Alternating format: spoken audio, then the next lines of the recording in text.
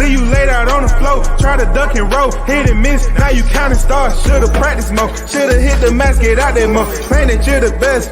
You gotta show me, son. Actions over words, baby boy. Is you real or what? Talking way too much, world come. Back sports, talking way too much, world come. Back sports, talking way too much, world come. Back sports,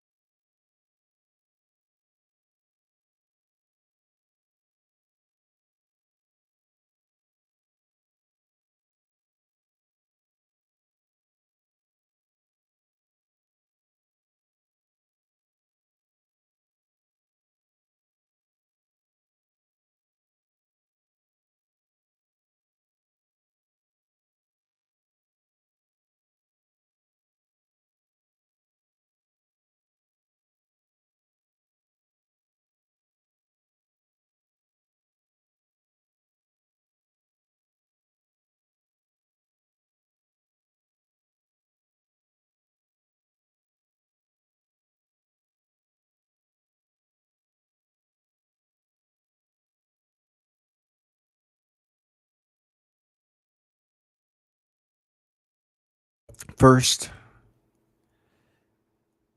in the building, Noname. On deck, you already know we back with another one. WCS back in the building. I'm still was trying to get some things straight prior to going live. We're gonna touch on some hot topics, man. And the crazy part about it, hold on. The crazy part about it, I'm about to reveal some information. Knock. Let's get this popping. Yes, sir. I hear you.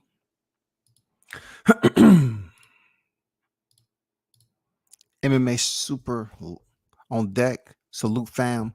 Hope all of y'all are safe and doing well in good health and goodwill. Same to you, my brother. You know what I'm saying? Hopefully all is well your way too. Blessings. One love to you. Carlos Rosado is in the building. Salute to you, brother.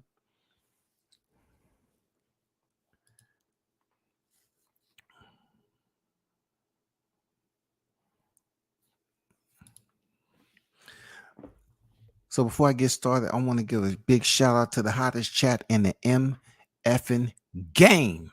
A-side official. Ain't no negotiations. You know what I'm saying?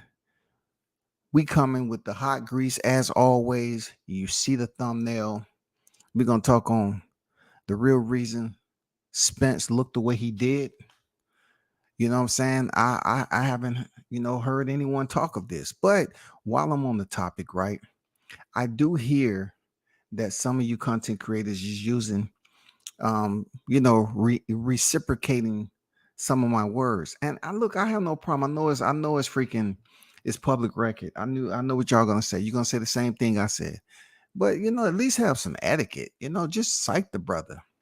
You know what I'm saying? Just cite the brother, man. If you heard some over here and you want to use it and you think you heard it for the first time, just cite me. I appreciate it. I know it all boils down to respect.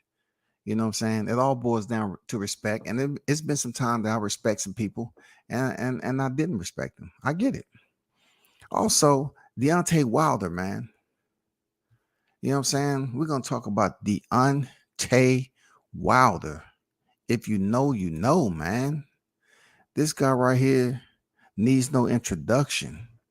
You know what I'm saying? Um, Let me first touch on Deontay Wilder right quick. I mean, not right quick, but first, right?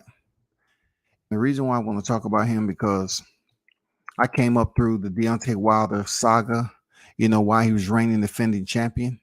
I did. You know what I'm saying? Deontay Wilder sits at 43 victories, 2 losses. Both of these losses have came via stoppage at the hands of Tyson Fury and one draw. That one draw was from Tyson Fury. So the 3 discrepancies that you see on his box rec is from one fighter.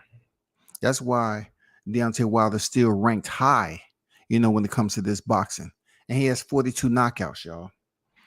The Bronze Bomber has 42 knockouts. He's currently at 37 years old. You know what I'm saying? His KO percentage, 97.67%. This man is 6'7" with an 83-inch reach, y'all. Crazy. His last fight was Robert Helenius, October 2022. I'm puzzled. I really don't know why Deontay Wilder hasn't stepped back in the ring. I'm puzzled because when he was here, he had the heavyweight division talking. You know what I'm saying? He had everybody talking. He had the people on the YTC, whether you loved them or hate him. He had people talking. You know what I'm saying? He had people wondering what was going on with his next fight. You know what I'm saying? Were we gonna basically see a knockout? When they talk Bronze Bomber, they talk about power. They talk about the equalizer. They talk about the right hand. You know what I'm saying? They talk about Bomb Squad. That's why I always pay homage to Deontay Wilder. When I was in his fight camp, you know what I'm saying? And I always play this audio right. Bomb Squad! That's classic. That's my shit, man. You know what I'm saying? I still, say what I say about this picture right here, me and the Bronze Bomber on the interview in his fight camp. I mean, this is twice. I went there twice. So I got mad respect for Deontay Wilder and allowed me in his fight camp. I mean, that was when he was reigning defending champion, not when he lost the title. You know what I'm saying? I was up there in the trenches before he lost the title. But truth be told, Deontay Wilder's hiatus out the ring seems like it might be a bit longer because Anthony Joshua is acting like he don't know not no Dina no name no ni I don't wanna no senor no now. Anthony Joshua is speaking a whole nother language when it comes to stepping in the ring. We supposed to have been talking about a Wilder Anthony Joshua fight in December.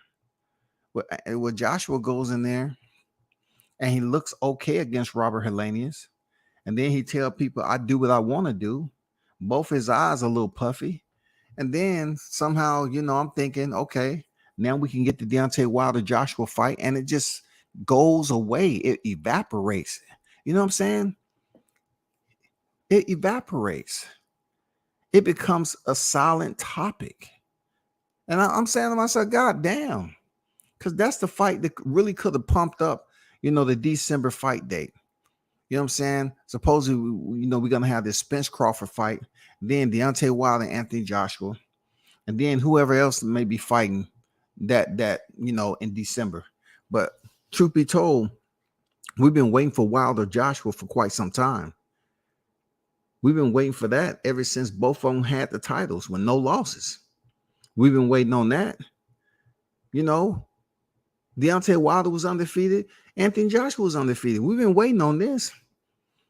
And then, Eddie Hearns wanted to protect him long as he could until he slipped up, supposed to fight Jarrell Miller for the first time in the States. Jarrell popped dirty. They got Andy Ruiz, and Ruiz stopped him. We all know the history. Then he ended up losing to Oleksandr Usyk twice. But the ultimate tale that we wanted to see play out was Anthony Joshua versus Deontay Wilder. And, with the Andy Ruiz situation, with him wanting all this money as if he still holds the unified titles, it's just selfish, to be honest. I mean, it's just selfish. It's just Andy Ruiz. He made 2 big paychecks off Joshua and then turns around in this fight Wilder, and he wants all this money, and he doesn't have any belts. You know what I'm saying? And he did less than Deontay Wilder. He wasn't even able to successful to defend them titles. It don't matter if Deontay don't have a belt. The man was champion over 5 freaking years. You know what I'm saying? 5 freaking years. 10 successful defenses, man. The accolades go on and on. And Andy Ruiz won the belts in one night. I do give him credit. And then lost them in the dirt. You know what I'm saying? Came in there looking like a freaking, I'm not even going to go there. He was severely overweight to be a heavyweight fighter. And he gave up the titles. Won, another boring heavyweight title fight. And now we're at a point where we don't know what's going on with Wilder. But what can I tell you is it would be great to see him back in the ring to give us the bomb squad. You know what I'm saying? To give us the bronze bomber effect. You know what I'm saying? To come back and let us see that right hand. He's 37. He's made a lot of money. Deontay Wilder's worth a good little penny right now. You know what I'm saying? He's up there.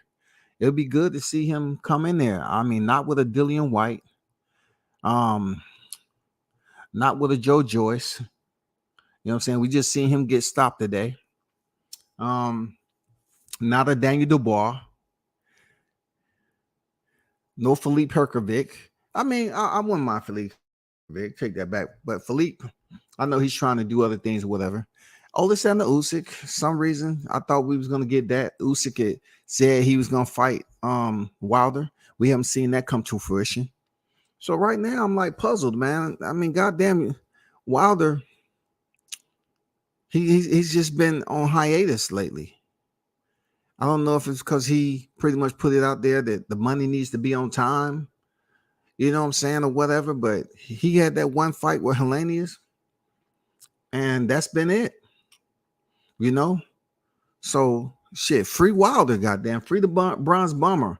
Let's see him step back in there with somebody. You know what I'm saying? I know Daniel Dubois is trying to get a fight with Usyk, but I wouldn't mind seeing Wilder fight Dubois, but I don't want to see it because I mean he's not a draw to me. Herkovic, yeah, Zhang, I wouldn't mind seeing Wilder fight Zhang. You know what I'm saying? I don't know, man. There's plenty of heavyweights out there, but Wilder's been at the top for quite some time, and he went in there and fought the best heavyweight champion. Between the trilogy, Tyson Fury. Also that was embroiled in freaking controversy, scandal. And I haven't been trying to, like, I came up around that situation to happen. The whole thing, the whole scandal. I try not to get knee deep into that because it's way deeper than your knees. You know what I'm saying? It can drown you with all the stuff. I try to tell people that Tyson Fury was caught long before that scandal happened in the rematch and all that. But I'm not here to go into that. I just want to see Wilder return back to the square. You know what I'm saying? I miss the bronze bomber. I really do. I had the opportunity to see this man and interview him on multiple occasions, man. Never was an asshole, always approachable, and no one can take that away from me. You know what I'm saying? And that's when I wasn't seeing none of these cats out here except Ness. I seen Ness and some cats, maybe one or two dudes from Fight Hype or whoever they were. They wasn't really with Fight Hype, but they was working with Fight Hype, or whatever the case may be. But yeah, you know what I'm saying? It was a good time. But let's see what's going on with Wilder, bro. Let me see who's in the chat. Andrew Charles on deck. What's good with it? Big Blunts and Boxing in the building. Salute to you.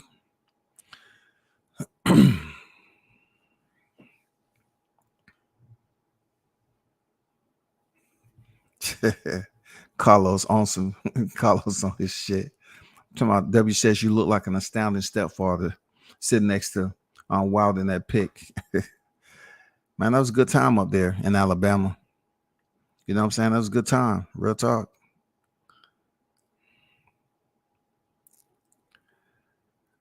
Tommy on deck was good.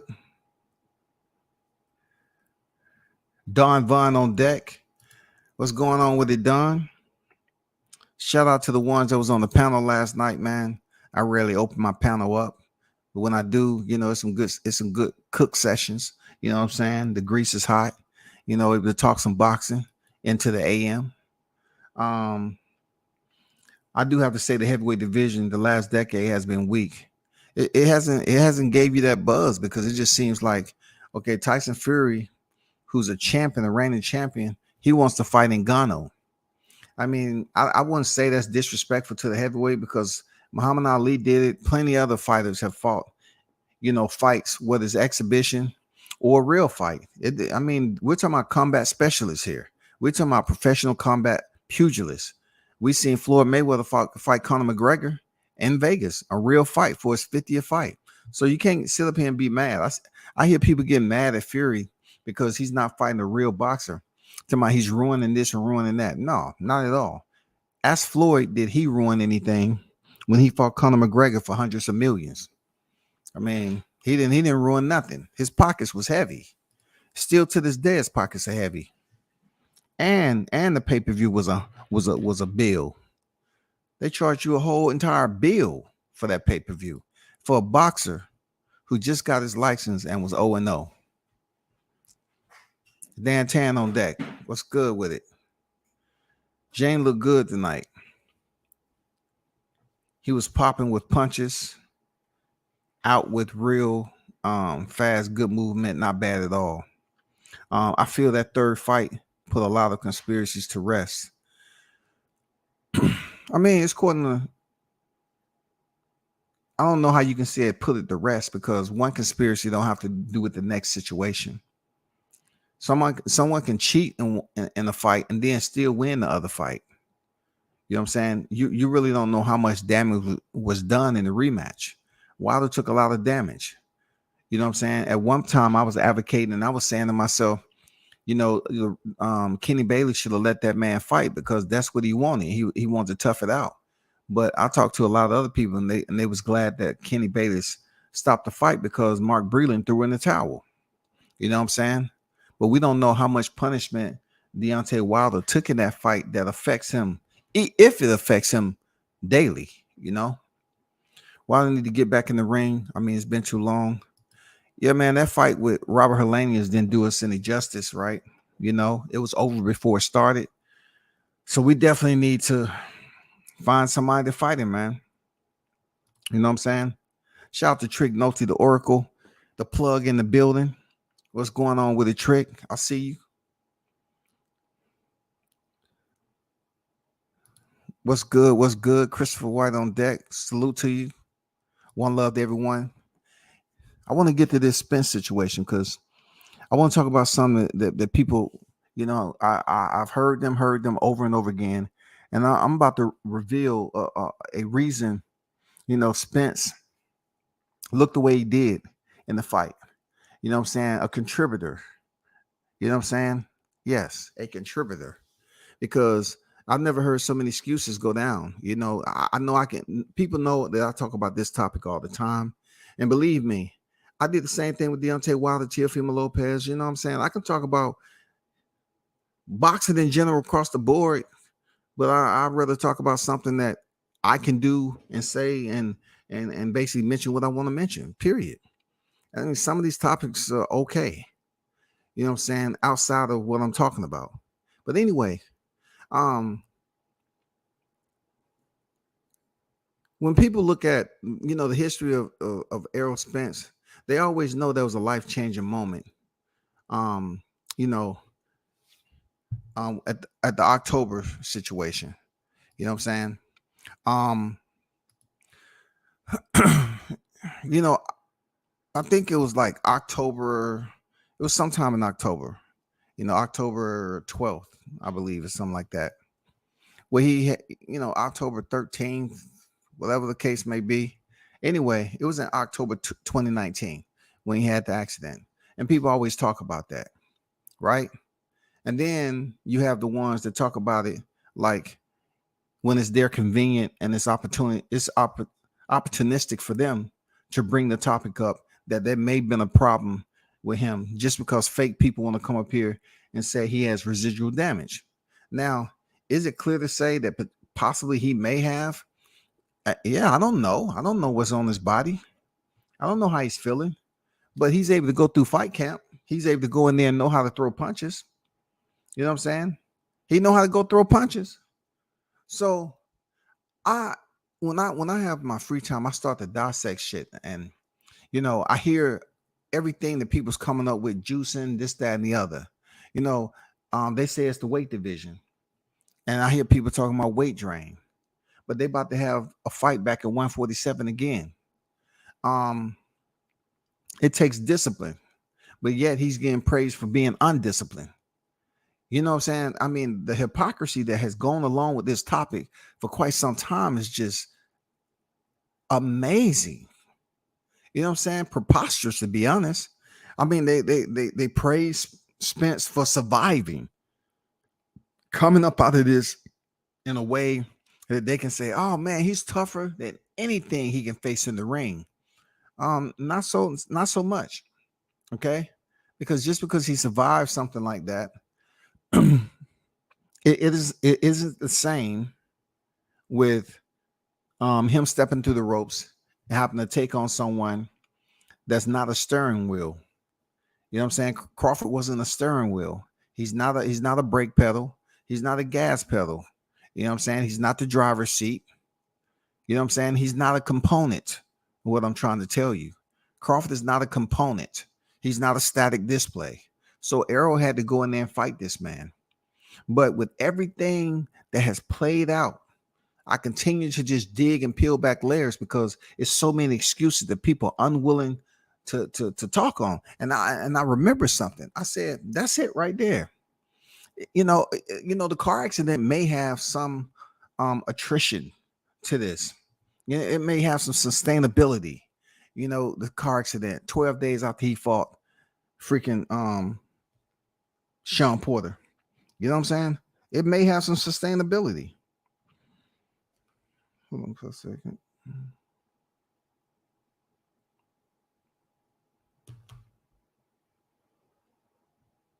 It might have some sustainability. You know what I'm saying? For people who still to argue that he was in a serious accident, which he was, he survived it. But when it comes to how he looked against Danny Garcia, hands in the air, they're clapping. How he looked against Ugas, hands in the air, clapping. They was cheering. Oh man, he looked great, great, great. All these people, and shout out to Tough Glove Boxing. Tough Glove Boxing, man, put out a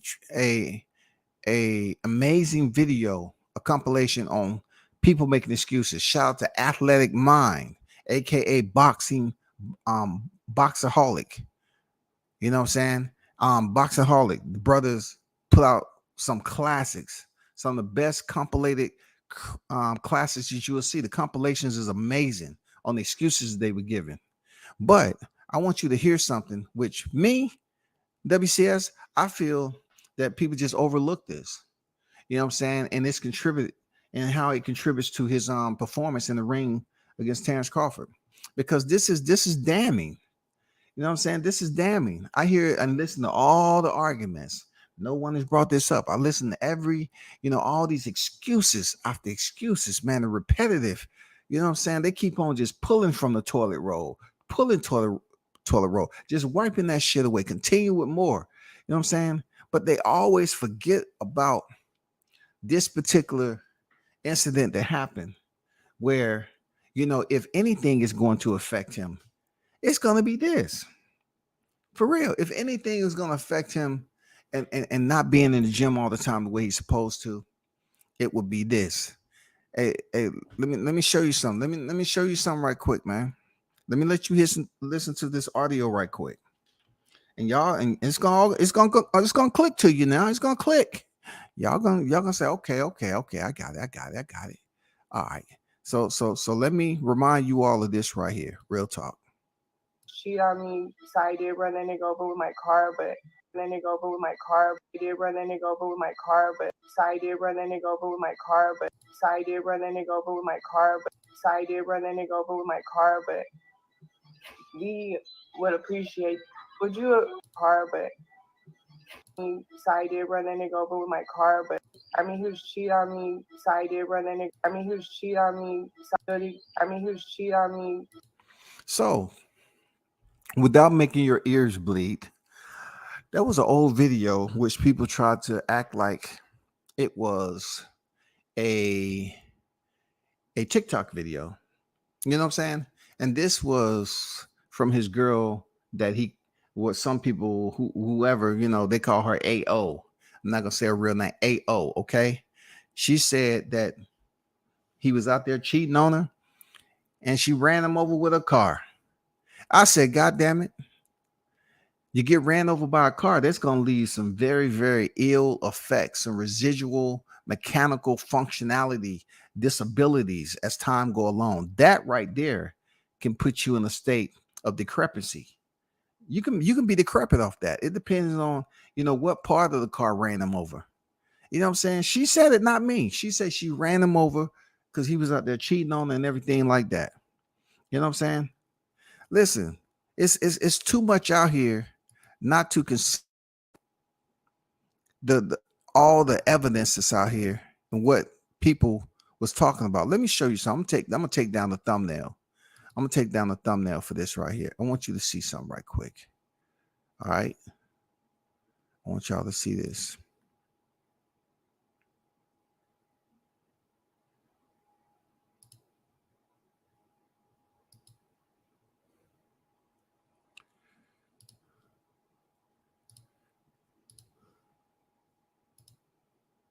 Look at that right there.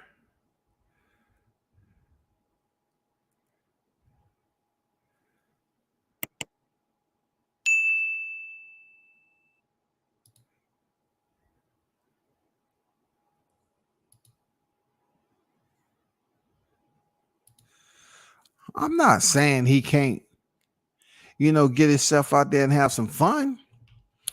I'm not saying he can't do that. But if your girl running you over with a car and you got PTSD from accidents, all that is a contributing factor to something dealing with your body. Now, I don't know to what percentage. So I'm only looking at it like if you taking the whole payload of what you've been through, like, you know, these being ran over by your girl, which people refuse to talk about, but she's on record as admitting to it, and these accidents. Now this video was after the accidents. So you take a man that's going through PTSD and say that he's seeing things when he get close to the wall and all that, and you get this video right here that's after the accidents. This is after the accidents, and he's being ran over by a car, and then still out there, you know, having fun in the clubs. You know, all that can be a contributing factor to whatever people believe he went through on July 29th. And you know, if there was any type of physical conditions that hindered him while he was in there with that elite fighter from Omaha, Nebraska, then I think being ran over by a car, I'm just trying to find out what leg was it, ankle, Achilles tendon, hip, you know what I'm saying, elbow, what side was it? You know, was it his lead foot as a southpaw? You know, your right foot with she run over his leg.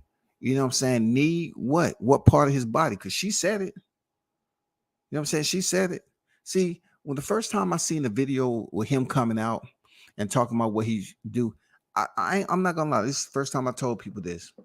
I really wanted them to talk about that video. I did. I really wanted them to dress that up and clear that up. You want to clear out everything else. You're talking about everything else you want to clear. But I wanted you all to talk about that particular video of her, since it's your show, saying that you ran him over because he was cheating on you. You know what I'm saying? You say you ran him over because he was cheating on you. I would have liked for you all to clear this up. Seriously. I would have liked for her to clear that up when he started coming and going online and trying to say, okay, now it's time for me to do a shabby PR job, right? Clean up my image a little bit, you know, so we can get people to buy the pay-per-view. It was shabby, bro. Like, it, you know, the aerosexual was just happy to see him out there, right? But it was almost like, okay, if I'm going to go live, I'm just going to go on my girls, right? But then, look, check this out. We haven't heard or seen anything else from it. Like we seen her doing her thing, but you came out here just to basically be an opportunist. And then, you put out some information that people may have questions about.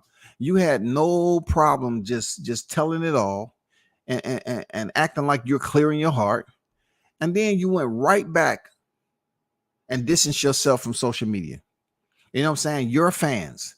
You went right back into seclusion and nobody knew anything until you popped up on that live stream in the parking lot and you didn't know you was live. But besides that, really nobody had the opportunity to see you on social media. We're not talking about the presser, the media scrum. We're talking about you on social media.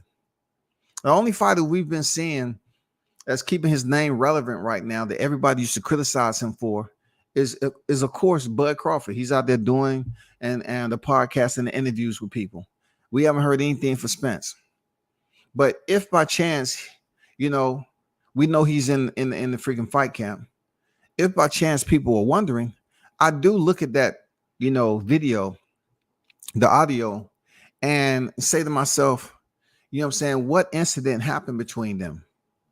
You know what I'm saying? What incident happened enough for her to come and out here and tell the people? And then I have to look at the collective group of individuals that I consider to be a bit clueless. You know what I'm saying? I'm not sure they're under the influence of any type of substance, but just to look at them as being ninny hammers. You know what I'm saying? Ninny hammers are considered to be idiots.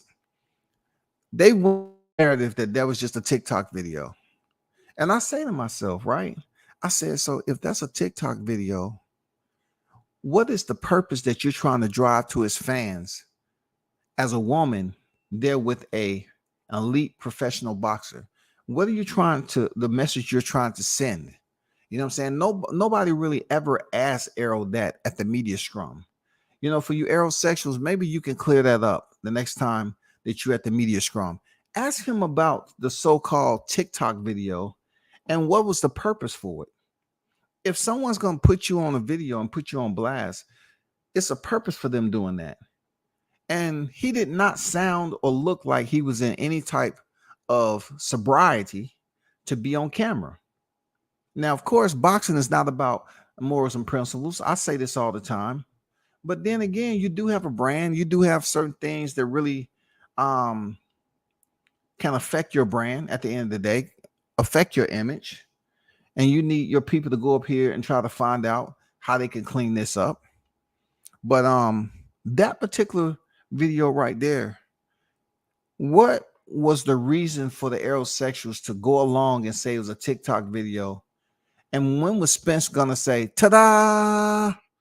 We never heard that. We never heard Spence say, ta-da, ta-da, ta-da, ta-da, ta-da. We never heard that shit.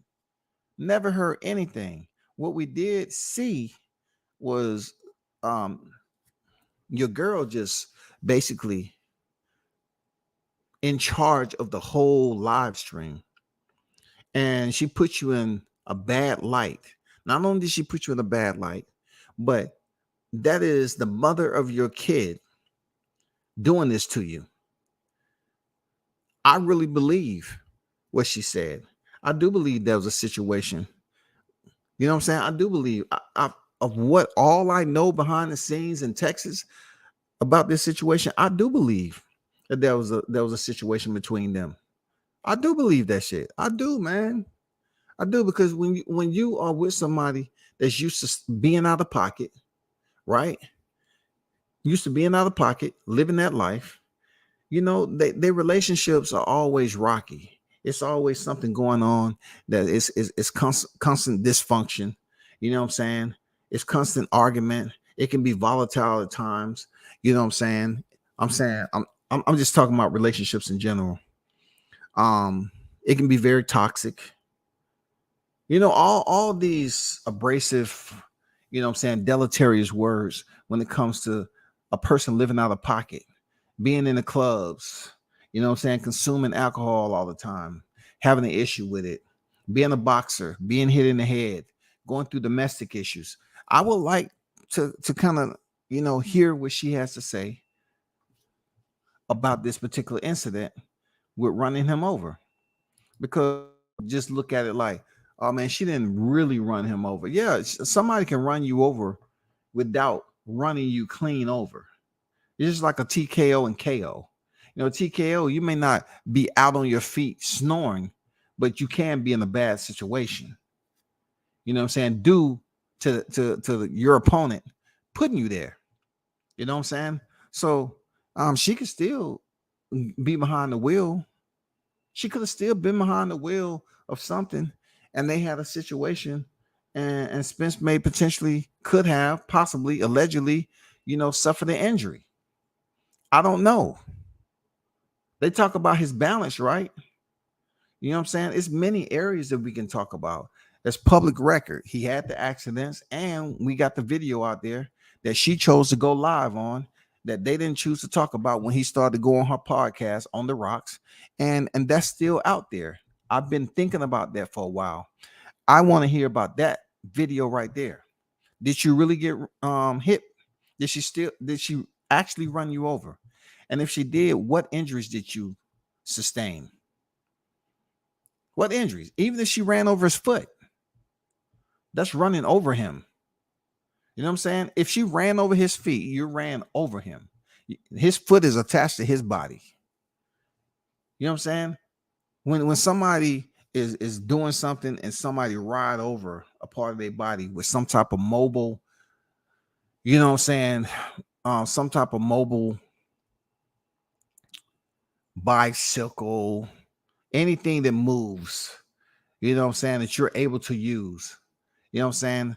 Some type of vehicle. You run over somebody's hand, their feet, or whatever. It always like, you ran over my feet, you ran over my hand. So I want to know what part of his body she ran over, because I'm trying to do my Inspector Gadget, Pink Panther, Scooby-Doo investigation. You know what I'm saying? Matlock, Sherlock. I'm trying to be all of those, man. I'm trying to say, what evidence can I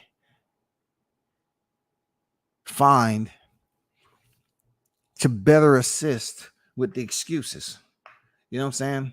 Because I'm not here to take any credit away from Crawford. He won fairly, and he won in dominating fashion.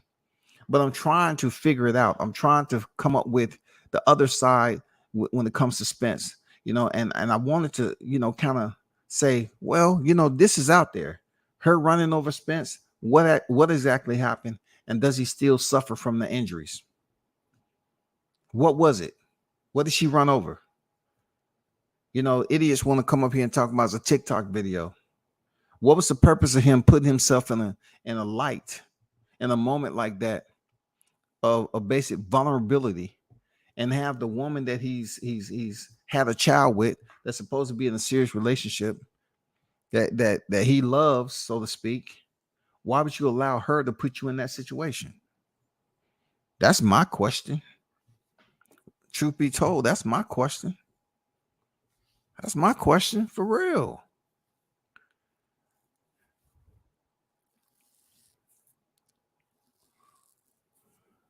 Appreciate it, NO. I thought the Wilder fight excuses were bad. They managed to surpass that somehow with the Spence versus Crawford fight. I think you're right. I think you're right, man. I think you're right on surpassing that. The reason why I say that is that Fury was actually caught cheating back in the day with Christian Hammer. So,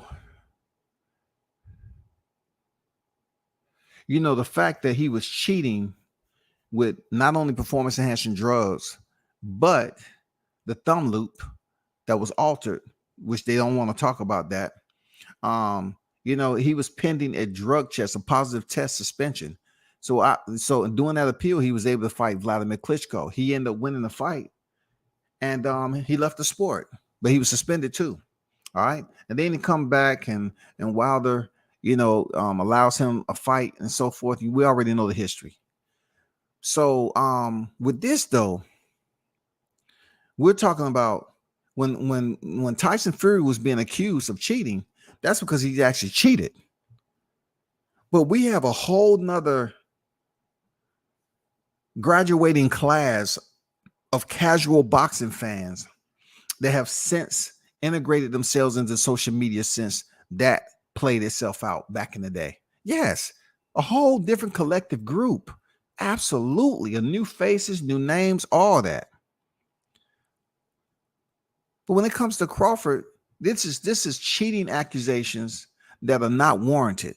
There's no evidence out there, culpable evidence for you to hold him liable to say that yes, he had an A and B sample come back positive. He was caught altering his gloves. You know what I'm saying? His gloves look funny. You know, you can see his hand wraps. It seems like, you know, one of his gloves was not laced up all the way and this, that, and the other. That wasn't the case. You know what I'm saying? Though he had equipment malfunction, the manufacturer came out and released a statement saying it was defective. It's not the first time a pair of gloves have been defective. You know what I'm saying? Somebody mentioned Nonito Donaire has some defective gloves. They don't want to talk about that because he's not the topic. But if you're talking about all the accusations levied against Bud for cheating, their fabrication. It's just all, you know, assumptions and false accusations due to the performance value for which he went in there and decimated Spence. It's called lying. That's all. It's called malicious intent. That's what all this shit is called. So, you know, I agree with you on that. It is. It has surpassed, and it is worse than Deontay Wilder. And I never thought Crawford would be in that position because for a long time, Wilder was the bigger name than Crawford. Absolutely. Wilder was the bigger name. Heavyweight division, the bigger division.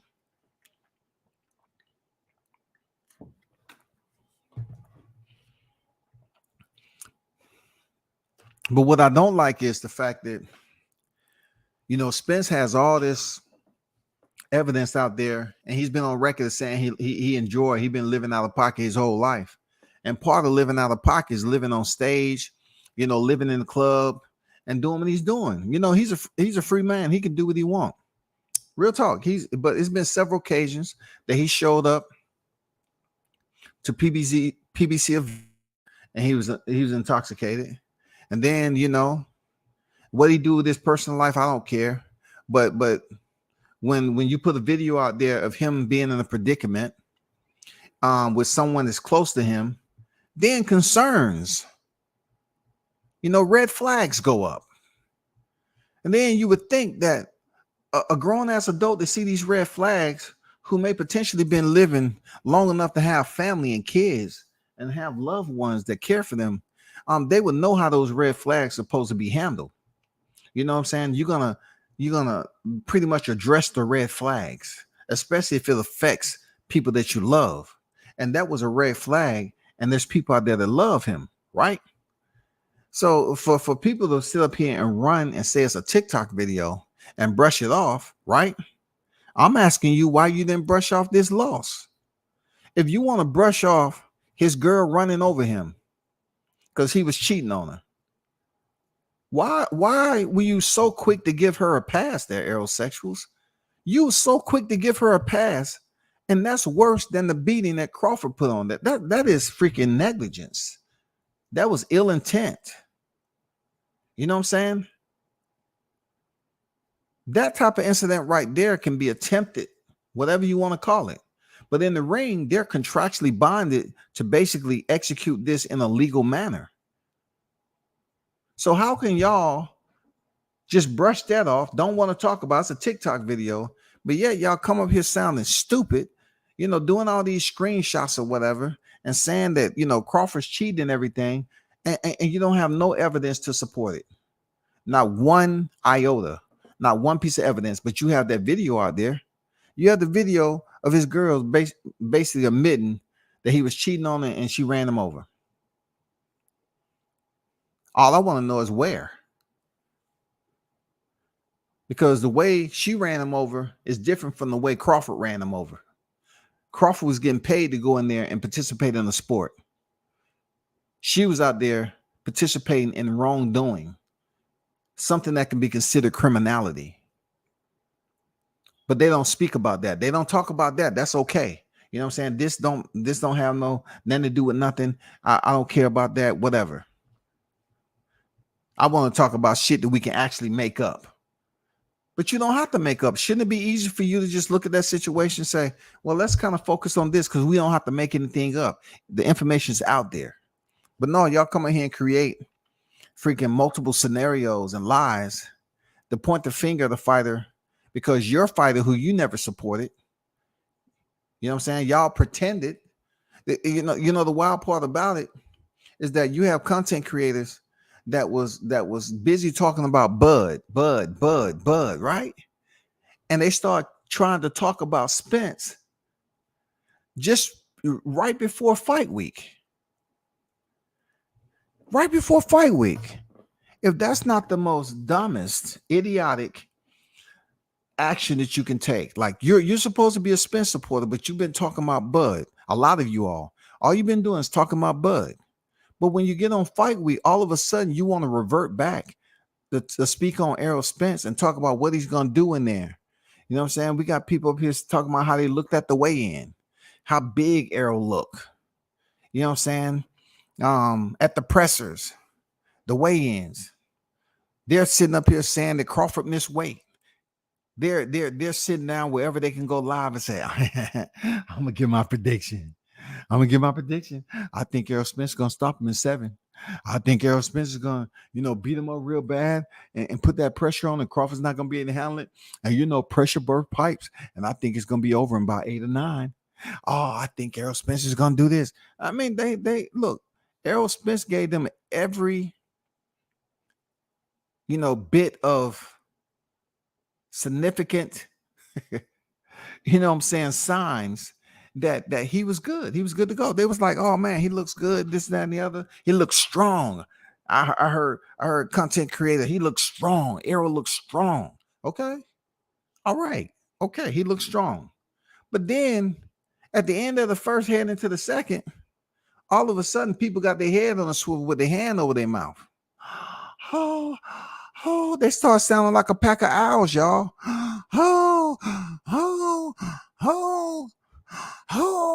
I say, shit, should we call animal control? Is that a horned owls over there in the T-Mobile? All I heard was, They was breathing all heavy. They was like, what the hell? I couldn't believe what I was listening to in there. It was messing up the audio. I'm trying to pay attention to the fight. But my whole point was that Crawford did everything he's supposed to, and he get criticized. You know what I'm saying? That is worse for that. When it comes to black people doing that to black people, it's shameful. Period. That type of action right there is shameful. People can say what I can say. I always gotta, people always act like they're reminding me on what I do. Listen, I never said I didn't do it, but I'm not ever doing that in a way just to create lies on Spence. I never created a lie on him. Never created a lie on Tyson Fury. Never. But you all are creating lies to somewhat try to justify that this is the reason why he won. And if that reason sticks for which you're giving to the public, that is outside of how the fairness aspect should be. You know what I'm saying? In a gentleman's sport, he didn't do what he's supposed to. They're trying to make Crawford look like they want him to be considered amongst the name of cheaters in boxing. You know what I'm saying? The Antonio Margaritos. You know what I'm saying? The Tyson Furies. Luis Restos. They want to put Crawford in there with the cheaters. You know what I'm saying? That's what they want. They want him amongst the cheaters, and one of the easiest wins of his career. That doesn't sit right with them. It's the easiest win of his career. They said he fought all bums, but look how he did. Look how he did Spence, bro. You know what I'm saying? They say he just fought bums, bro. But yet, Spence was his easiest fight outside of Amir Khan. It was his easiest. I mean, him and Amir Khan is neck and neck at the end of the day. You know what I'm saying? Amir Khan edges him out just a little bit because he quit. Amir Khan edges Spence out just a little bit because he quit. He quit. I was there at the fight. He quit. And then I'm talking about a very close.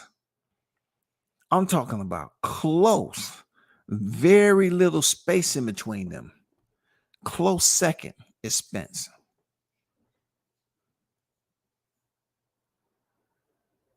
What he was able to do on that night, man, forever be talked about. This too shall pass, just like Wilder passed, but it's going to take several years. And in order for you to have a rivalry, there needs to be activity on the distant end, especially if that distant end was the one who lost the first time. So we need some type of activity that people are not going to be able to get. That activity is making this a 1-1.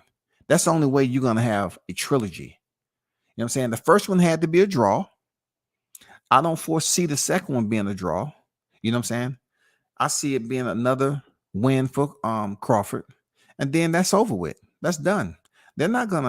Crawford's not gonna beat him twice at welterweight and then move up to super welterweight. And then all of a sudden his name comes back. Oh man, we'd like to see this fight again. No. 0-2. You're 0-2. So no one's gonna want to see you fight again. Terrence Crawford. He finished that. It's on the bigger and better things.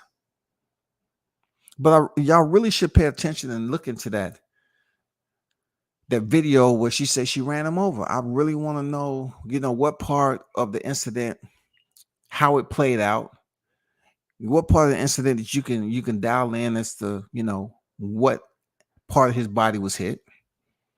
And that was accident. You know what I'm saying? That video was after the accident.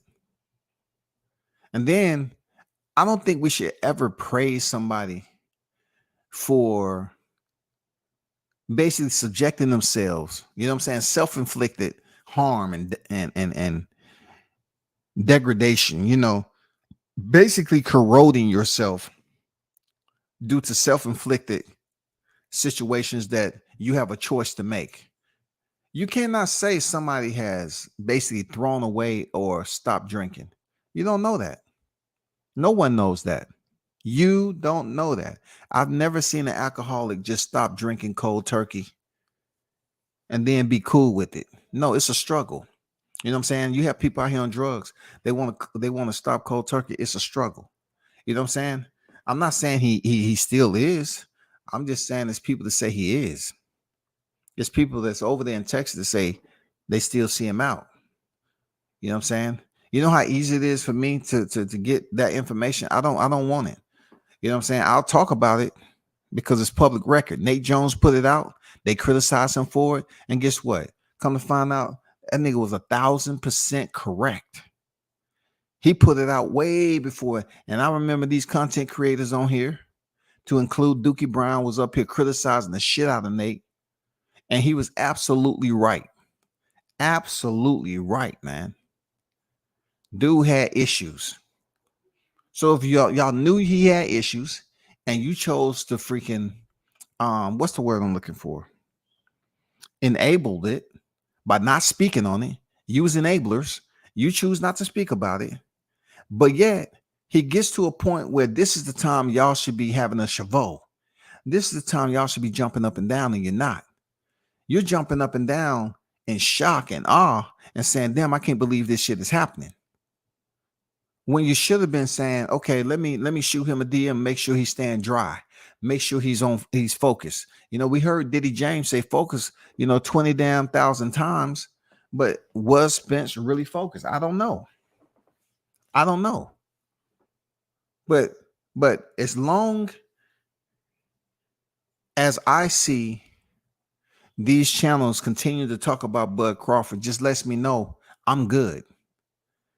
You know what I'm saying? They're doing so much work to keep Bud Crawford's name, video after video after video. You doing shit I'm doing.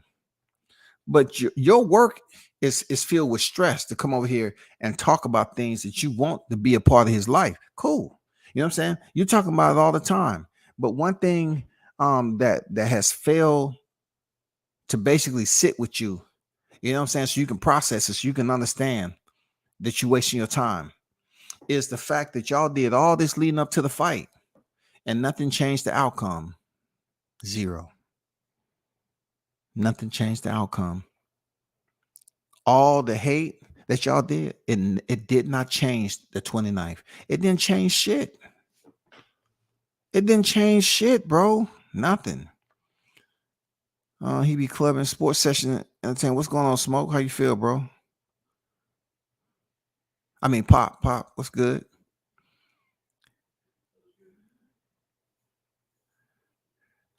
Okay. Hitchens ain't started yet. Good. Dang.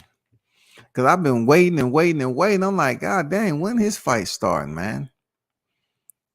You know what I'm saying? When is his fight starting? Real talk.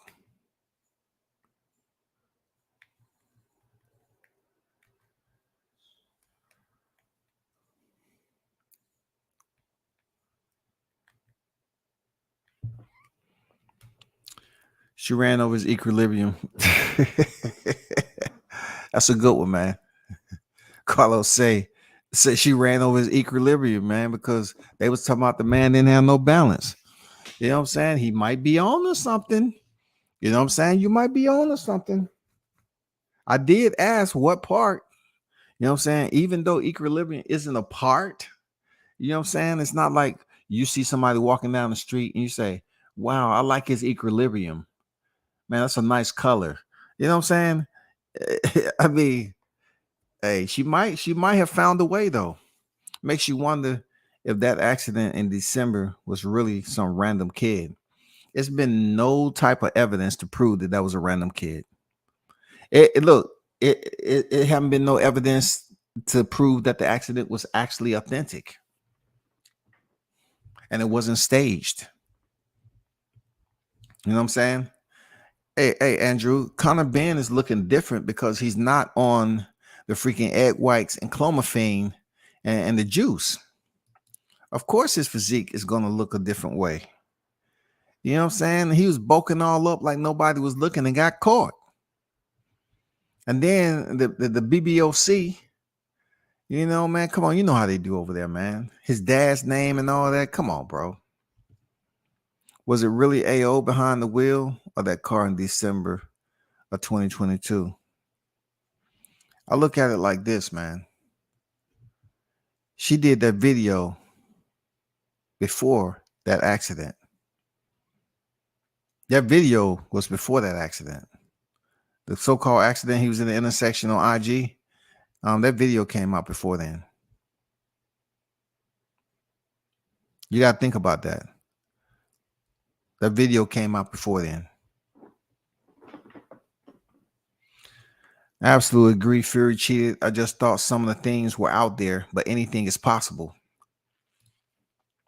Also, I didn't want to say anything, but it did. But it looked to me like Spence had pretty noticeable limp when he was walking around doing fight week. People said that. Like, people just think, like, I look at certain things. I said, nobody's been mentioning the situation what happened with AO. And they've been keeping that hush-hush. But she stood up there and said she ran him over with her car. She could have ran into him with her car. That's running him over. Your car doesn't actually have to roll over somebody. If you drive your car into somebody, you ran them over. You know what I'm saying? So what if she ran into him and hit him? You know what I'm saying? And he had to get through that. He had to make sure he get through that particular pain. Maybe she didn't try to do it to take his life. She did it to prove a point that, you know what I'm saying, this is the way I feel right now. You know what I'm saying? You cheating on me or whatever. She said she ran him over. She didn't even hesitate. She didn't crack no smile after she said that.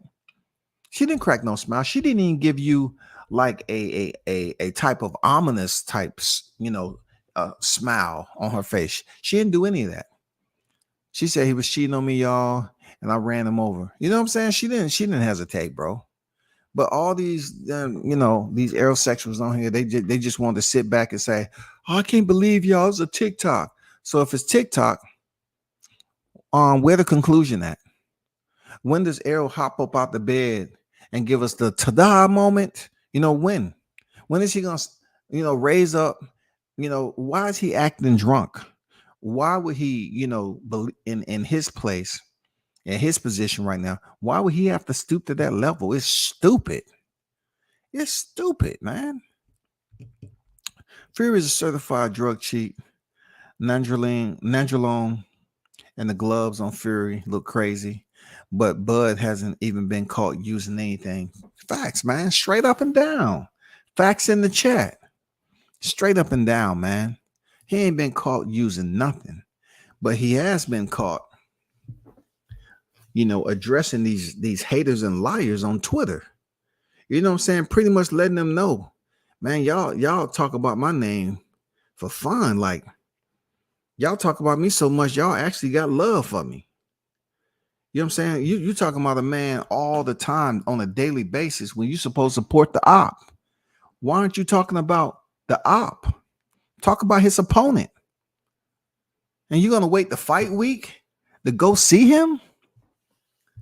If that ain't coincidence that y'all don't talk about this man, but yet you're gonna show up in Vegas on fight week and you get your ass totally disappointed. If you really was fucking with him and you had that close connection, and you found out that he ain't fucking with you. Oh, I can't get nothing. I can't get nothing. He ain't talking to us. He ain't doing that. And look, if you really would have put the emphasis on just talking about him, then maybe it would have been some way for his people to try to get somebody like they did Marvelous Jarvis back in the day, to get somebody from his camp to speak to y'all. But there ain't been nobody from y'all camp, from their camp to speak to y'all. Y'all stay talking about Bud every day. But yet on fight week, y'all up there like you support Errol. Man, get out of here with that shit. Truth be told, y'all probably went there to see Errol get beat up by the same guy y'all talk about every day. Truth be told. You know what I'm saying? Truth be told, y'all probably went there and put money on Terrence. That's what y'all did. But no, y'all ain't that smart to do that. No, I'll take that back. I recant that last. You know what I'm saying? Disregard my last. Crawford is going to pick up the rematch right where he left off in the first fight. There's not going to be download, an adjustment period. The beatdown will resume at the first bell. I hear you, Andrew. Real talk. Shout out to Andrew Charles in the building. I hear you, man. You know what I'm saying? That way, for real. Bring back some old goddamn cliche, goddamn slang. Ebonics. Let's bring back the Ebonics. I feel you on that, man. Spence has a good appeal.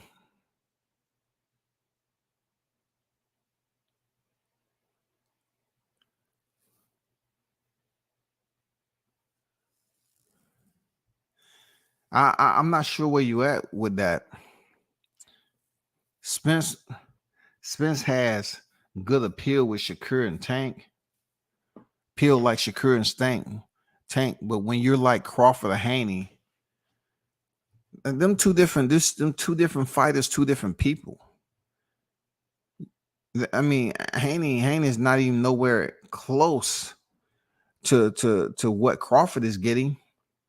Crawford has been on the pound for pound list on a whole nother pecking order, whole different pecking order than Haney. I don't know what pecking order Haney could be on. For people to little spats that go on with him is all because they're the fires are set by the people who was in them. I mean, it's not like this. You have people pretty much talking about Crawford and Spence because it's a topic of discussion. It's one of the big fights we want to see in the rematch. We got the first one, we want the second one, but we don't know what's going on with Haney. And the only people that's talking about is the ones that's in bed, that's goddamn, getting the funds, the ones who became the new freaking skip mark. You know what I'm saying? BF is taking over that spot. You know what I'm saying? To talk about Devin Haney every day. This is a person who said he don't rock with he He ain't a fan of the fighter. He ain't this, he ain't that. And that's all he do now. You know what I'm saying? Dog Crawford out and talk about Haney. over there, goddamn kissing Frank Martin's ass. I ain't never seen nobody. You tell him, Frank, go, boy. You're man, get out of here. Spence has a hood. Crawford came from the hood, but his body is clean. He put in work. Spence does too, but you ever see him at the party in the hood. JD, what's good? What's good? Dev, what's good? Same aerosexuals who say they love him, want him to take another brutal beat down. Talk to him, Vegas. You know what I'm saying? The people that say they love him want him to take another beat down. What kind of love is that? Real talk. What kind of love you talking about? Seriously, what kind of love you talking about, bro? Let me see something right quick. What kind of love is that?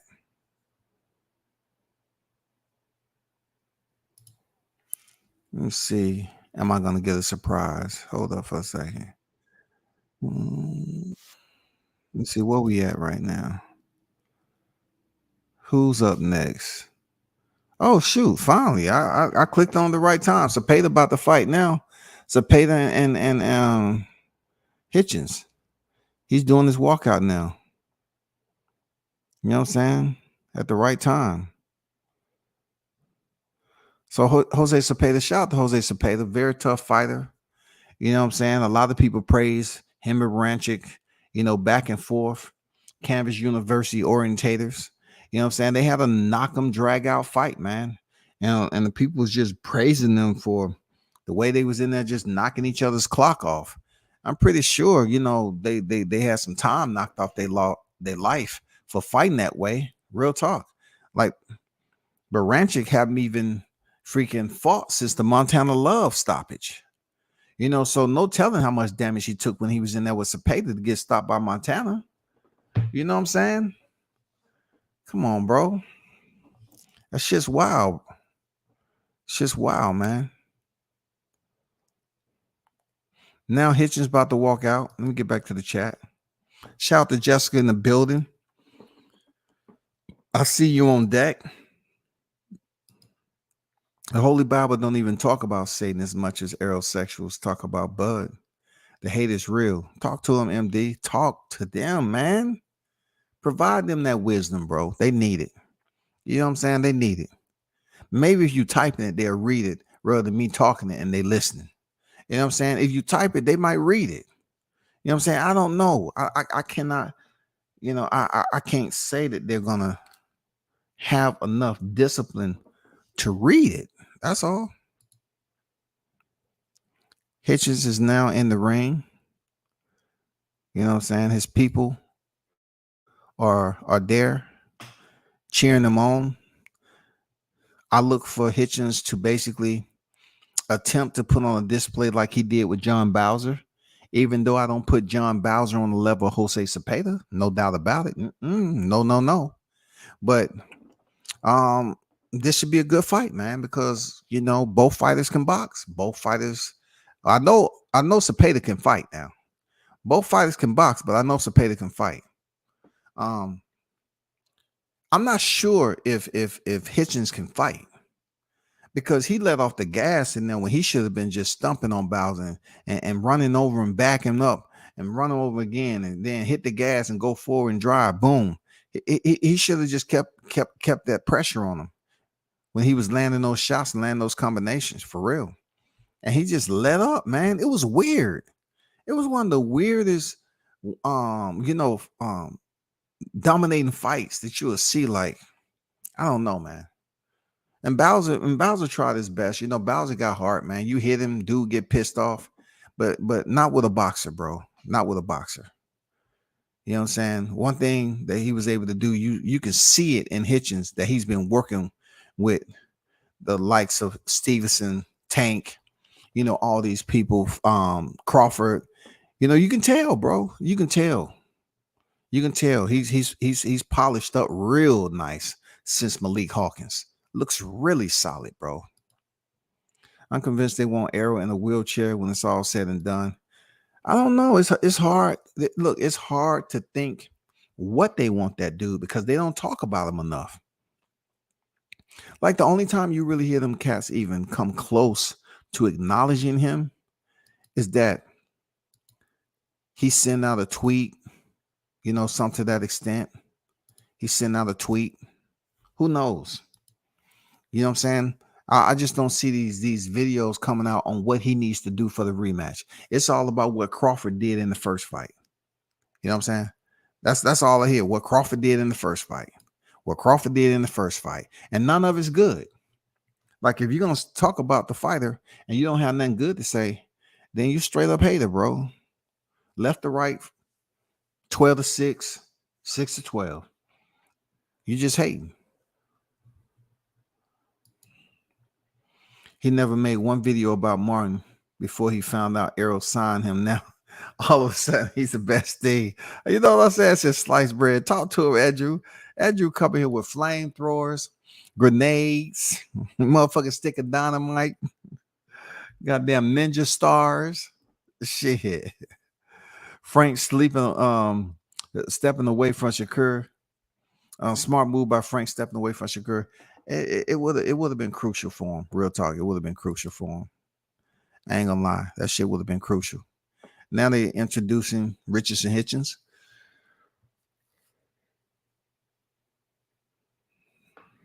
You're introducing Richardson Hitchens.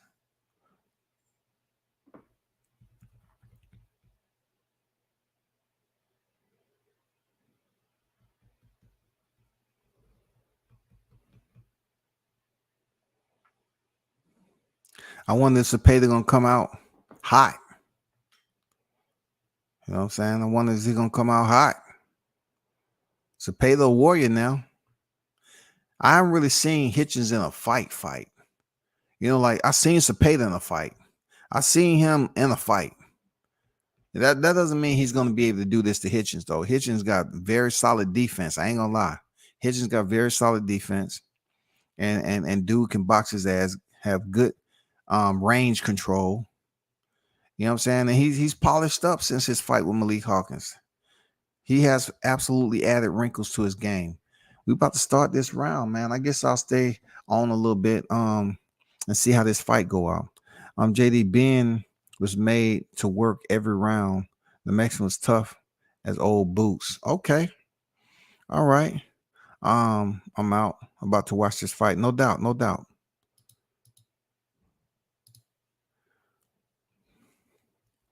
We're about to see this fight. You know what I'm saying? Cepeda's hopping around. You know what I'm saying? First round starts. Let's see what we working with, man. You know what I'm saying? High guard by Hitchens. Cepeda with the foot feints.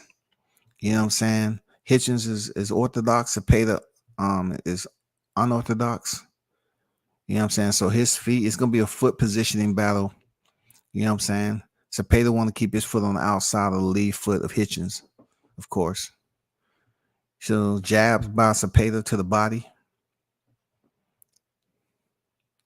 Nice stiff jab by Hitchens.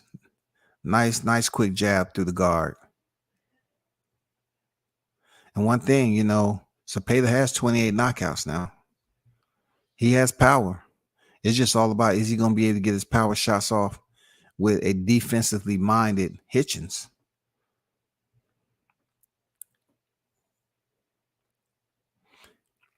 Hitchens move up out of there. He's almost, about to park bench up against the ropes and moved away.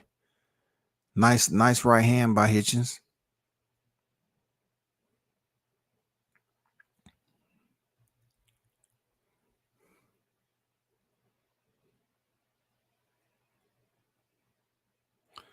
Cepeda in with the 1-2, misses. Goes back to the jab to the body. And so far, Hitchens has been boxing off the back foot. Haven't been really moving a lot, but I'm pretty sure, if it doesn't get hot at the end of this first round, the second round is going to be different. This is a 12-round fight, so Cepeda comes in with little power shots. Hitchens, I didn't like him pushing him off like that up against the ropes. You leave yourself open with your arms extended. You know, you leave yourself open to get caught. Nice two by Cepeda. Hitchens is allowing Cepeda to take the lead. Cepeda is just lining him up with the jab and the two. Oh, nice counter. Nice catch and shoot by Cepeda. I like that.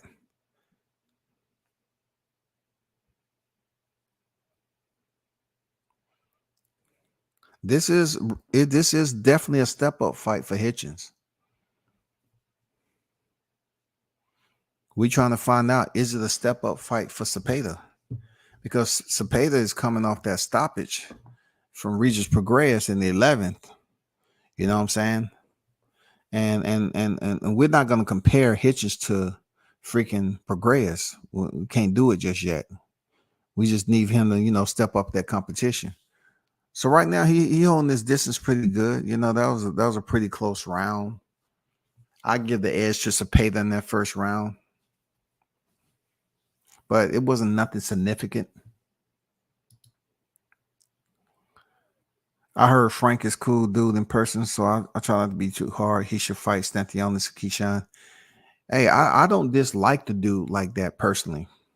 I just don't follow everybody. Like he's looking real, you know, quirky, you know, to say the least, out here, you know, doing that interview today, and he's just looking a little different. But as far as a man goes, I don't know him. I don't dislike him because of him being signed to Arrow. I don't dislike Frank Martin. But you know, if he's gonna agree on some numbers and then turn around and say all they had to give me is a little I mean, what's a little You know what I'm saying? Come on, bro. All they had to do is give you a little a little more You're like you agreed on terms or you didn't agree on terms. But yet he said he wasn't there when they was discussing the money. Anyway, this is the second round, man. Hitchens and Cepeda. Cepeda, you know, is trying to land that left hand down to the bread basket. You know what I'm saying? Place that right hand right to the midsection.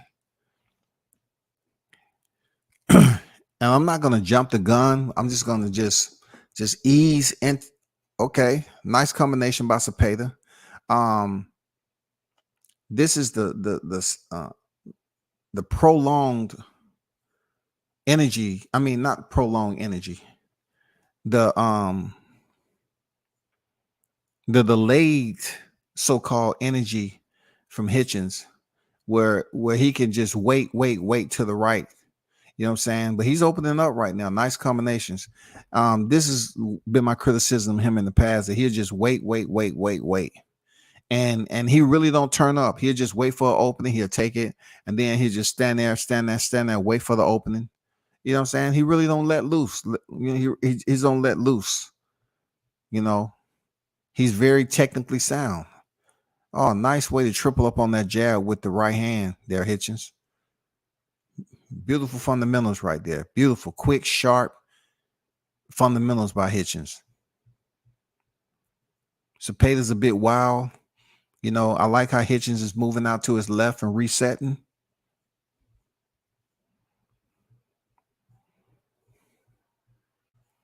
I'll be surprised if Hitchens stops. I'll just be surprised. I like how Cepeda is now cutting off the ring. As I said before, Hitchens was using his lateral movement off to his left, and Cepeda, you know, cut the ring off pretty good. But this time he wasn't able to land any punches, you know, and make Hitchens pay. Oh, nice solid right hand by Hitchens. Popped the head back with that jab. Hitchens threw a 2-1. Popped the head back of Cepeda.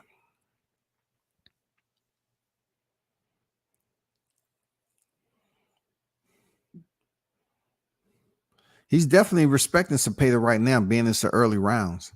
He ain't trying to get hit with none of that power. But Hitchens is accurate, though. I like it. Hitchens is accurate, bro. He is accurate.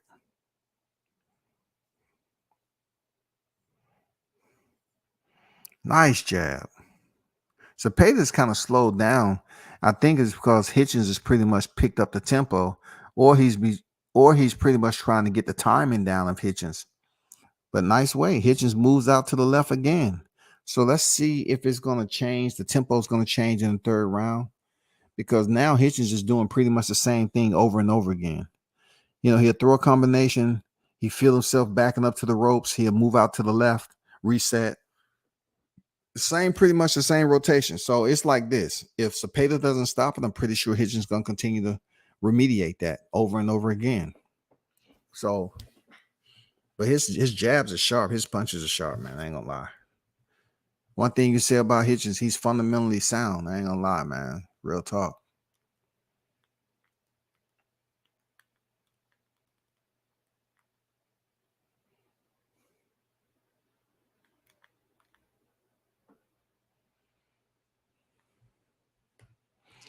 Nice right hand, right down, lined him up real nice. He stuck him with the jab, lined him up real nice with the two. We're in the third round, y'all, of a 12-round affair.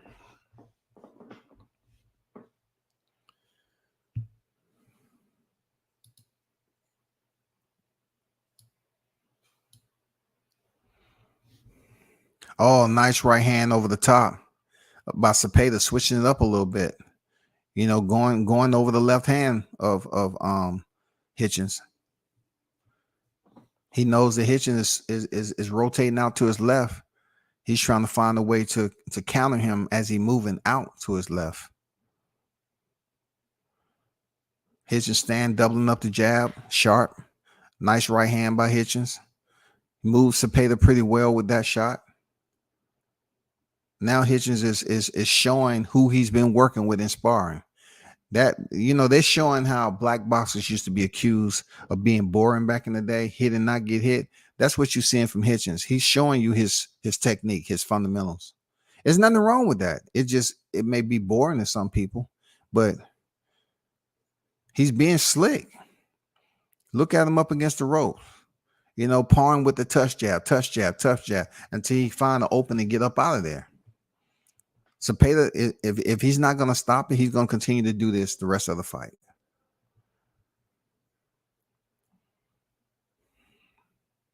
Cepeda right eye looks like it's swelling up a little bit. Oh, nice stiff jab by Hitchens, man. Then hits him with the power hand.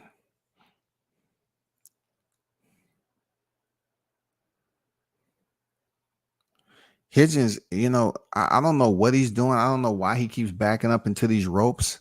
He keeps park benching up against these ropes. I'm like, why, bro? The ring is big enough. Like,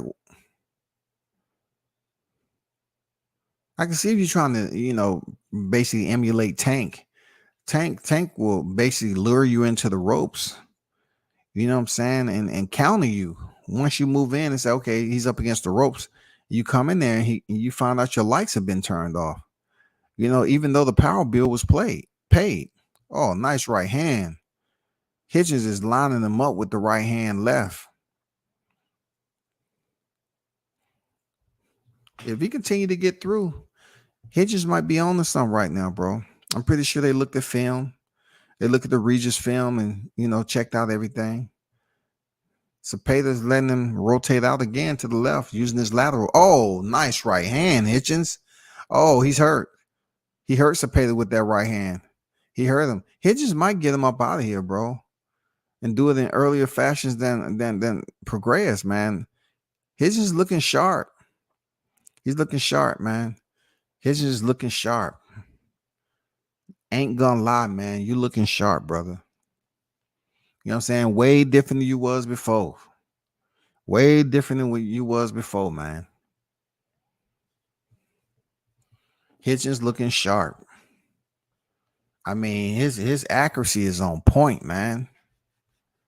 His accuracy is on point.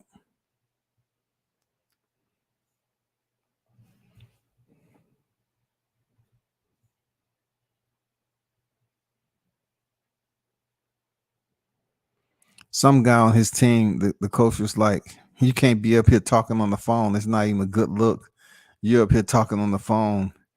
And you're supposed to be like a part of the team up here. The guy had to tell him, like, come on, bro. You're on national TV, man. You up here on the phone. I mean, I say, damn, is it emergency? You know what I'm saying? Is it emergency when you're on the phone? Cepeda come out with the left hand, misses.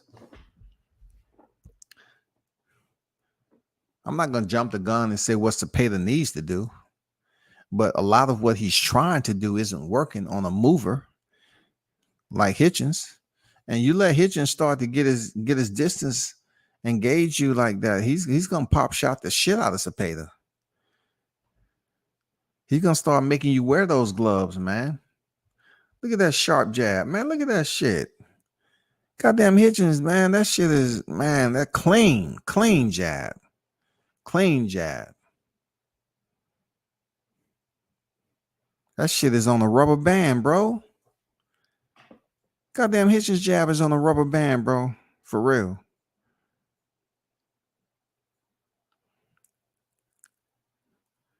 See, right now, I'm seeing, little Hitchens, old Hitchens come out. He'll throw a 2 to 3 punch combination, grab, or he'll try to rotate out to the same spot. But the fight is entertaining so far, but he is doing some of the same moves. I don't think he'll be able to get away with that once he steps up in competition. That's just me. Cepeda's trying to come over the top of Hitchens' left.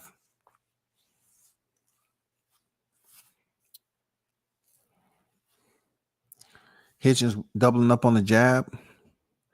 He's giving him that lead foot feint right there. You know what I'm saying? Cepeda's right eye swelling up. Hitchens see that. He see that eye swelling up real nice. We're in round 4. If he keeps on having consistency, landing that jab the way he is, with that mustard on it, it's going to be a short night for Cepeda, man. Good fight so far. Cepeda inches forward, trying to get in close.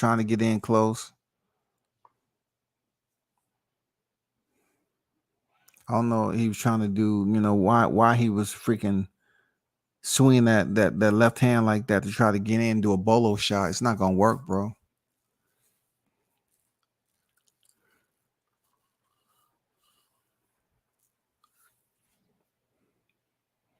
Stiff jab by Hitchens. Cepeda's doing a lot of foot feints. He's trying to stop Hitchens from rotating out to his left now. He's trying to stop that movement. I'm pretty sure the corner's like, hey, you can't let him keep on doing that.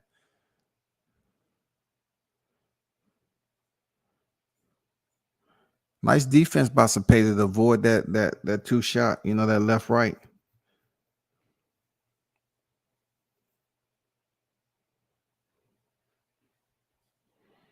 That's funny. The coach told that guy to get off the phone. That dude was up on the ropes on the phone, wasn't doing nothing for the fighter, wasn't doing nothing for Hitchens or nothing. He was on the phone, man. That's embarrassing, bro.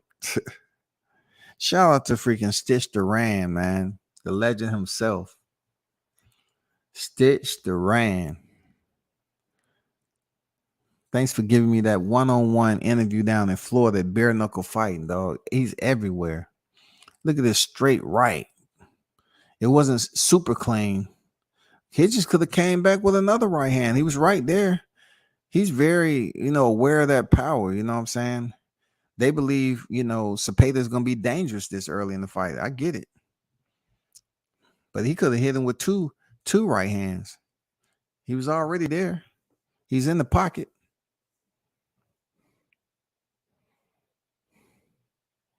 Could have hit him with a straight, then sent that uppercut. Nice by Cepeda. Cepeda gets in with a 2-punch combination. He's trying to find the home with the left hand. Hitchens has pretty much nullified the southpaw stance of Cepeda. Cepeda haven't had any success so far. Nice 1-2 by Hitchens, man. I like how he stepped forward with that jab. That jab is crisp, man. Like some new pancakes, god damn it. Like some fresh pancakes. I said some new pancakes.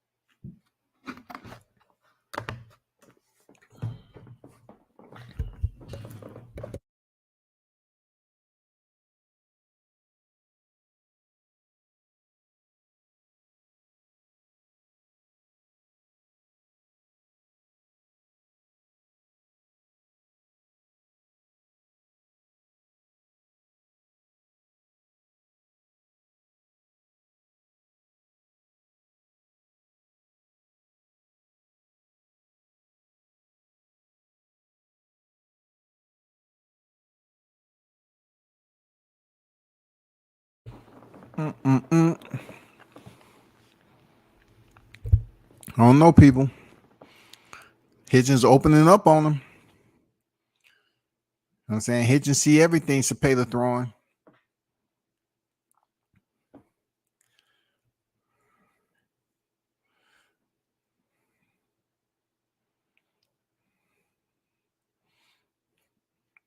Now Hitchens is coming forward. He's dictating the pace with some nice shots. Nice shots.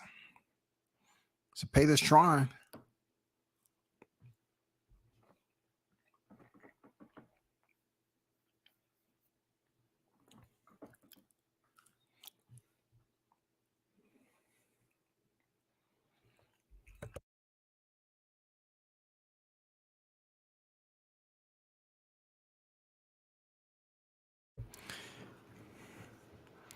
I can't blame. Oh man, nice long right hand by Hitchens to the body. Nice, man.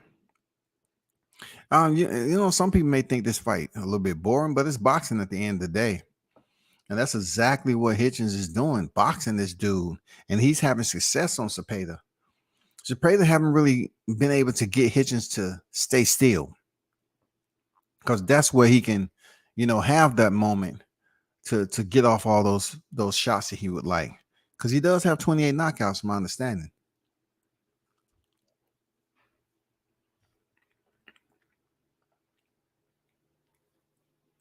He got Joe Smith fighting Gilberto Ramirez, aka Zerto. Okay. I like that.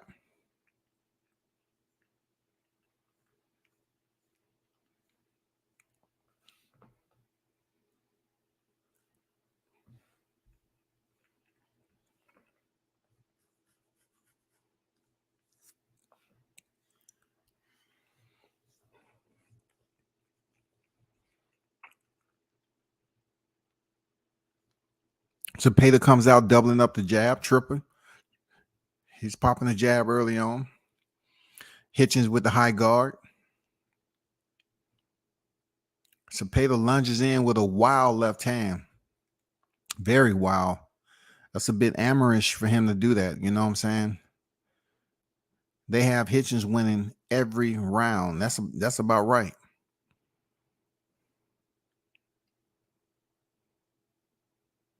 I thought he might have, you know, squeaked out the first, but that's the unofficial scorecards. You know what I'm saying?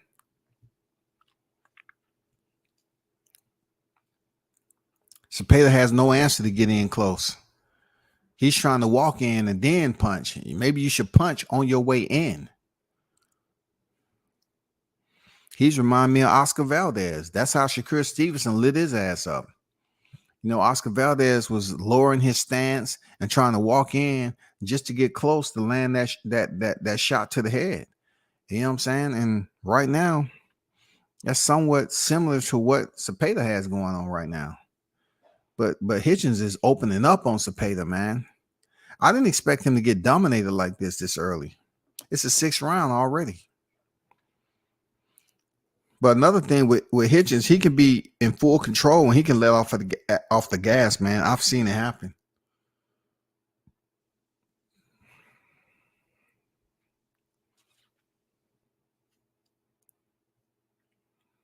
Now it's getting sloppy. It's 6th round, a minute 10 remaining. Nice left hand by Cepeda.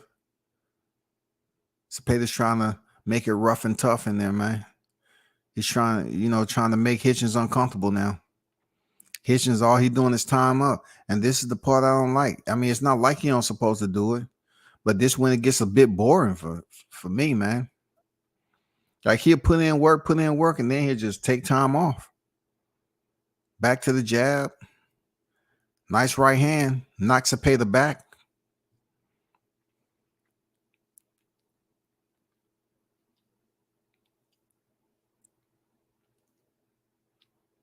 Cepeda's trying to lure him in, get him in close, and catch him with a counter. Because it's not like Hitchens is putting every, a lot of power on those shots.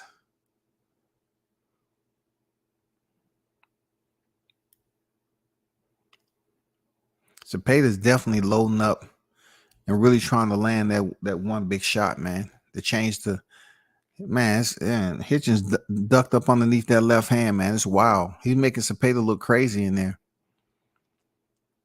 He's making him look crazy in there, bro.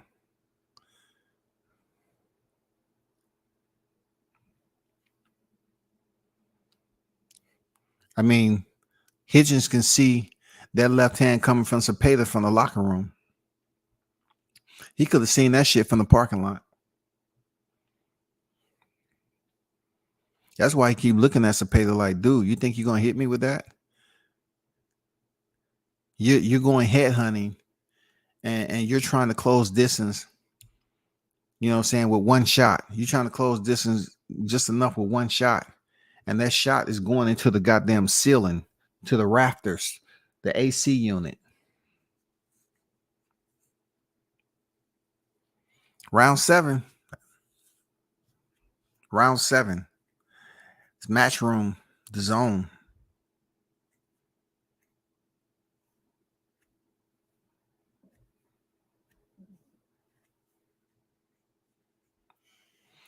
Cepeda comes back out with a jab. I like how Hitchens has landed like 5 jabs already of his own.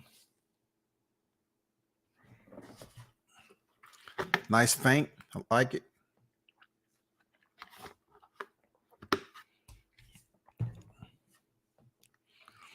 Man, nice jab, Hitchens. Cepeda, you better find a way. You better check the keychain, man, and see which one unlocked that door. Because right now, you about to get kicked out the house, bro. You about to break curfew. Nice right hand. Stiff right hand by Hitchens, man. Follow it up with the jab. Cepeda comes in with the right hand. You know what I'm saying? He's lunging, reaching. He's trying to do anything and everything, Cepeda.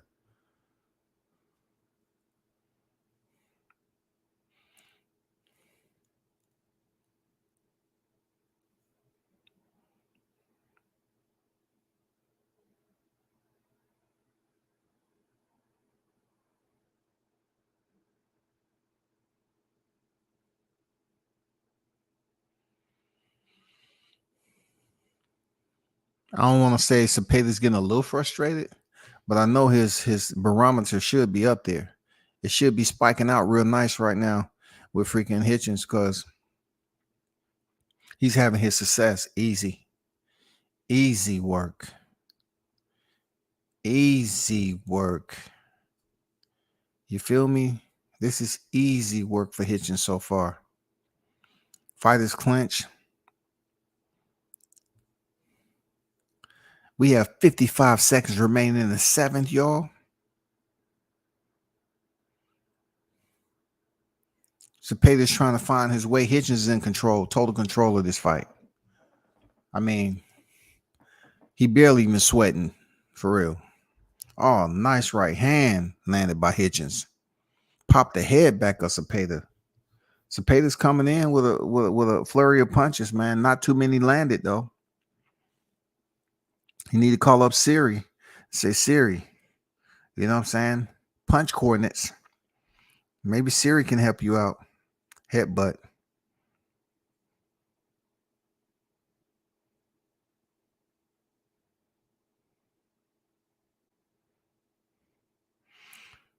Let's see if Cepeda's got a cut. Look like he doesn't have a cut. Accidental headbutt.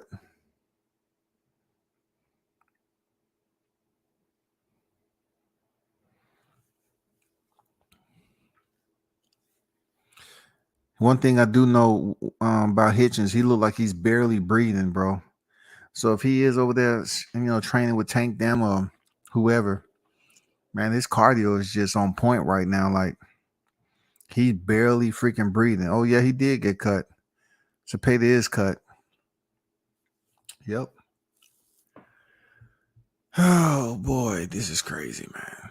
They're up here showing Jake and Logan Paul, Dylan Dennis, KSI. You know what I'm saying? All those people that's supposed to be so mad at each other. Tommy Fury. You know, that shit they did at the presser wouldn't work in a boxing. The commission would shut it down. But they're allowing these guys to throw freaking water bottles and other foreign objects. Man, come on, bro. They making money, though. Whatever.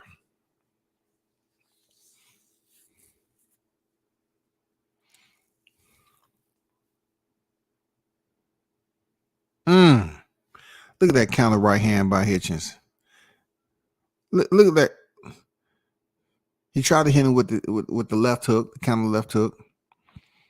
Cepeda came in, hit his head. I guess they're going to call the doctor in there to look at it, but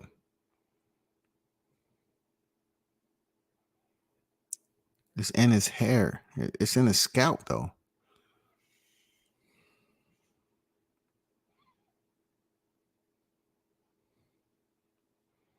It's a pretty deep cut, too. I didn't see it initially.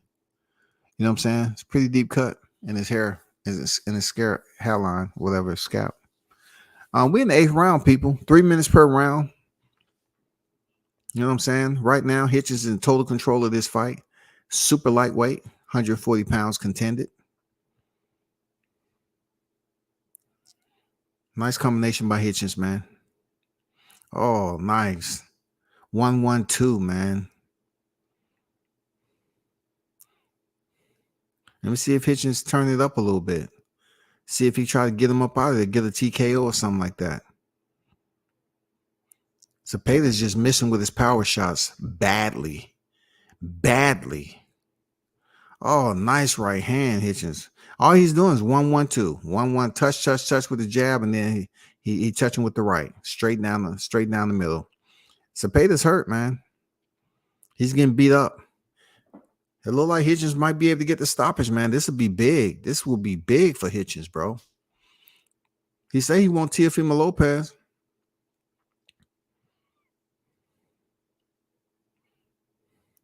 I don't know if he can win playing so safe like this. We might get another Lopez Sandor Martin, you know. It's boxing, though. Hitchens is boxing beautifully, though. Nice 1-2, man. He has Cepeda in the high guard just up there posing, man. The mannequin challenge. Mannequins get hit, goddammit.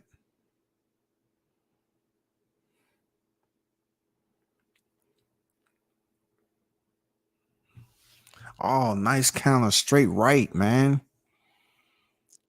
Cepeda's being countered with ease right now.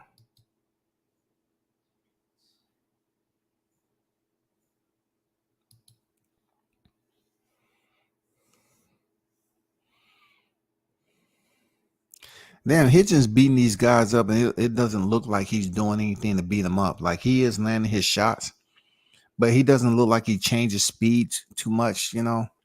But it's just enough speed on there so he can have that sting on. I like what I'm getting now. He's picking up the pace. He's more so changing up the pace to me rather than changing up this, you know, loading up on punches and stuff. He's just changing up the damn pace right now. He's more active. The cadence is different. Cepeda's still trying to land that left hand, man. He need to find something else, bro. He comes in with that left hand again. I mean, if that's what you want Hitchens to be aware of, just the left hand, well,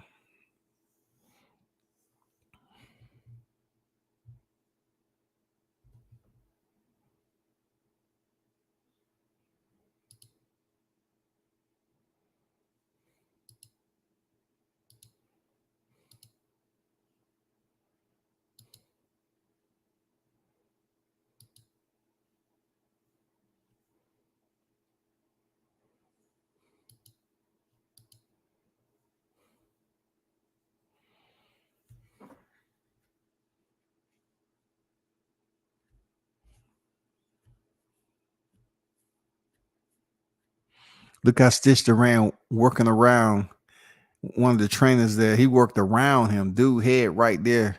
Stitch Duran worked around him on that cut. That's what I'm talking about. Improvise, adapt, and overcome, goddammit. Stitch was freaking still working on the cut around a dude's head that was talking to Hitchens.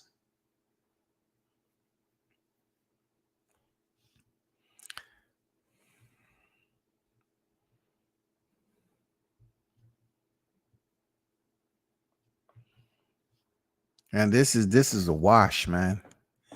It was in the 9th round. This has been turned into a absolute, just a basic boxing match, a sparring match. You know what I'm saying? Cepeda don't have an answer. Hitchens is making them pay. He's gonna stop. He's gonna stop Cepeda, bro. Cepeda is slowly degrading with these shots. Slowly degrading. Hitchens is looking sharp. The tip of the knife don't get any sharper, man.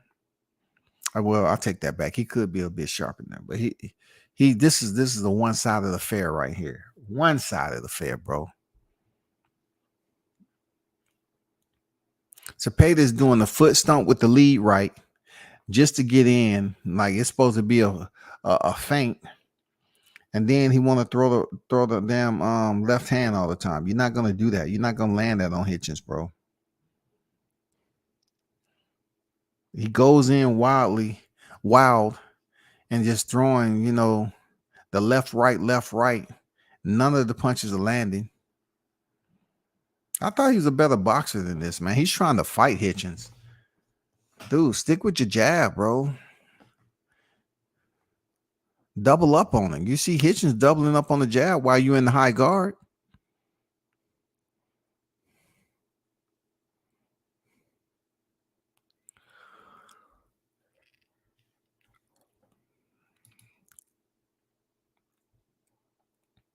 There should be a mercy rule in boxing, like when it's 21-0 on Madden football, it's time to pass the sticks to pay the. Yeah, bro. Like this fight right here is over. I don't see Cepeda catching Hitchens. I don't see any of that. Look at Hitchens just playing off the ropes right now. All Cepeda's doing is just walking in with the high guard, man.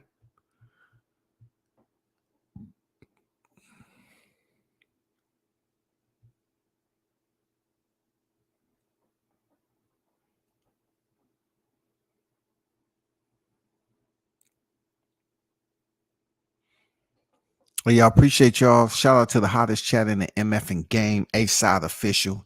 I'm gonna close this live out, man. I'm not staying on live too long tonight.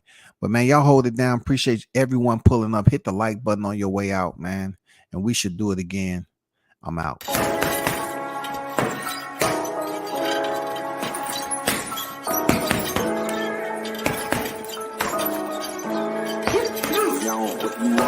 Left jab, uppercut, leave you laid out on the floor. Try to duck and roll, hit and miss. Now you counting stars. Should've practiced more. Should've hit the mask, get out there more. Claim that you're the best. You gotta show me, son. Actions over words, baby boy. Is you real or what? Talking way too much, world come. Back sports, talking way too much, world come. Back sports, talking way too much, world come. Back sports.